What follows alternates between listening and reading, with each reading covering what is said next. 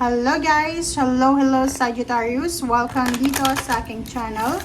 Kapalaran 888, welcome. Alamin natin Sagittarius kung anong messages, vibration, gabay energy para sa lahat.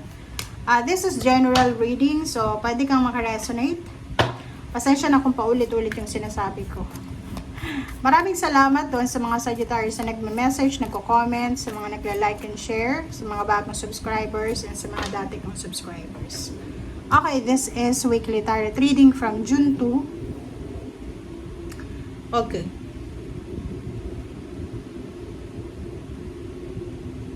Okay, first card mo dito is Lost and Found. So, meron ditong Sagittarius na maybe maraming nawala sa'yo. So, unahin natin. Maybe yung sarili mo, nawala yung sarili. Minsan ganun, di ba? Nawawala tayo sa sarili natin. Minsan yung iba, nawalan tayo ng tiwala, relationship, money, career, pamilya, or anything na nawala sa'yo. But this week, tiwala, parang ganun. This week, mararamdaman mo, or this week ay matatagpuan mo kung ano yung nawala sa'yo. Okay, music for manifesting. So, dito sinasabi ng barahan na to manifest rapidly, think of your desire while you chant, hum, sing, or play music. So, this week, sinasabi ng barahan na kung nagmamanifest tayo, mag-add ka ng, like for example, chanting, singing, parang ganun. Pero ako, hindi yan applicable sa akin eh. Kasi pag nagmamanifest ako, gusto ko tahimik, walang ingay, walang gulo. So, dito, depende yan sa'yo. Depende. May mga tao nagmamanifest na may music na nagpi-play, relaxing music. May iba naman na tulad ko na quiet lang. Yung parang wala talagang sound. Okay? Quiet room lang talaga. Okay? Sagittarius. Oh, sorry.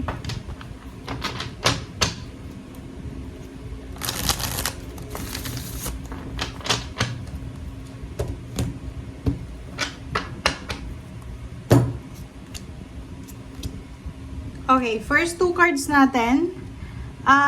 If you are worried, Sagittarius, or ano man ito na inaalala mo, sinasabi ng baraha sa'yo na pwedeng makatanggap ka ng balita na pwedeng makapagbigay sa'yo ng solusyon sa mga inaalala mo, or isang napakabilis na balita. Okay? This news, napakabilis siya. Napakabilis na balita. Malakidlat na balita to.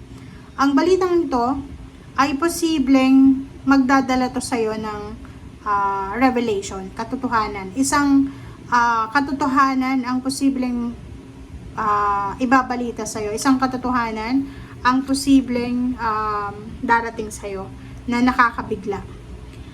Sinasabi din ng baraha sa'yo dito na revelation siya. So, maraming sekreto sa linggong ito na posibleng mabunyag. And sa linggong ito din, sinasabi ng baraha sa'yo na may balita ka na matatanggap na pwedeng magdala sa'yo ng takot, pag-aalala, or anything na nakakabigla. Sa iba din, meron ditong Sagittarius na between mag-asawa to, mag-asawa sila, or maybe mag-boyfriend, girlfriend, mag-nanay, mag-tatay, possible na magplano sila together na parang collaboration and partnership. So, pwedeng may kasal, business partnership, or maybe travel together na plano na gagawin nila sa linggong ito. Nakikita ko sa'yo dito yung 3 of Air. Yung 3 of Air, sobrang nakakalungkot siya. Okay? Posibleng makatanggap ka, yun nga, makakatanggap ka ng balita sa linggong ito, Sagittarius, na ang balitang ito is katotohanan siya. So, pwedeng malungkot ka, maawa ka, or posibleng makakaramdam ka ng hinanakit or galit sa balitang matatanggap mo.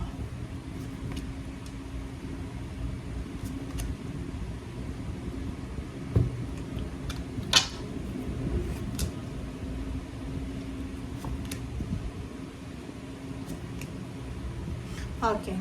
Sa ilalim niya is 6 of Water. So, nakikita ko sir dito na pwedeng may iba sa inyo sa linggong ito na makakapag-desisyon na umuwi sa kanilang probinsya kung nasa ibang lugar siya. Kung nasa ibang bansa ka, isang emergency call na kailangan mong umuwi sa Pilipinas.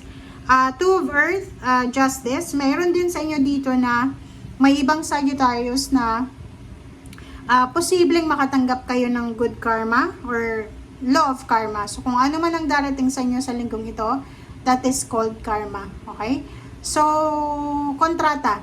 Pwede yung iba na Sagittarius ay makatanggap ng renewal ng contract or new contract signing or maybe money. Diba? Yung parang additional offer, additional salary, additional income yung matatanggap mo. Yung iba naman sa inyo dito ay wala kayong gagawin na pagbabakasyon sa linggong ito.